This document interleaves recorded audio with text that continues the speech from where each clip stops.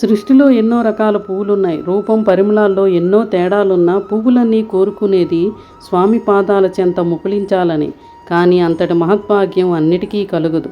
సీతమ్మ తల్లిని అపహరించి రావణాసురుడు ఆకాశ మార్గాన లంకకు తీసుకువెళ్తున్నాడు. జటాయువు అడ్డుకుంటుంది.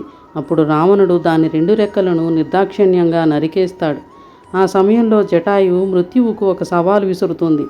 ఓ మృత్యువా, ముందుకు రావడానికి సాహసం చేయకు. నేనెప్పటి వరకు మరణాన్ని అంగీకరించనో అప్పటి వరకు నువ్వు నన్ను తాకవద్దు.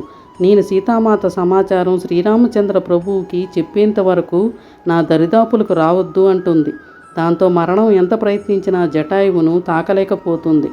మహాభారతంలో భీష్మ పితామహుడు 58 రోజులు అంపశయ్య మీద పడుకొని కృష్ణ పరమాత్ముడు వచ్చేంత వరకు మరణాన్ని ఆగమని శాసించాడు. ఇద్దరు అంతిమ సమయంలో స్వామి దర్శనం కోసం మరణాన్ని ఆవల నిలబెట్టారు. వారి కోరిక ఫలించి స్వామి సాక్షాత్కరించాడు. జటాయువు స్వామి ఒళ్ళో పడుకొని చిరునవ్వుతో మృత్యువును ఆహ్వానించింది. స్వామి కళ్ళల్లో కృతజ్ఞతకు చిహ్నంగా నీటి చుక్కలు. భీష్ముడు అంపశయ్యపై కన్నీరు కారుతుండగా మృత్యు ఒడిలోకి చేరుకున్నాడు. స్వామి పెదవుపై చిరునవ్వు. ఎందుకిలా? ఇద్దరి కోరిక ఒకటే. అయినా ఎందుకని వారి అంతిమ గడియలు అంత విభిన్నంగా ఉన్నాయి? ఎందుకంటే వారు చేసుకున్న పాపపుణ్యాలు వేరు కాబట్టి. నిండు సభలో ద్రౌపది వస్త్రాపహరణం జరుగుతున్న వేళ ధర్మశాస్త్ర కోవిదుడైన భీష్మ పితామహుడు మౌనంగా చూశాడే కానీ అడ్డుకోలేదు, వారించలేదు. అతడి మౌనం దుశ్శాసనుడికి ధైర్యం ఇచ్చింది, దుర్యోధనుడికి అవకాశం ఇచ్చింది.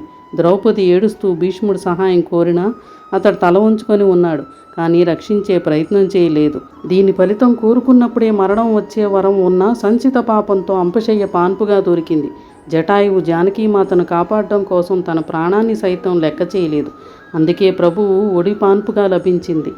కొండంత దేవుడు కొండంత పూజ చేయమని అడగడు. ఆయన భక్త సులభుడు. నిష్కలంకమైన మనసుతో తులసీదళం వేసినా చాలు తులాభారంలో తూగుతాడు.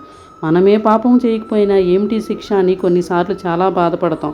మనం చేసిన మంచి ఒక జన్మతోనే ముగుస్తుంది, కానీ చెడు ఎప్పటికీ మనతోనే వస్తుంది.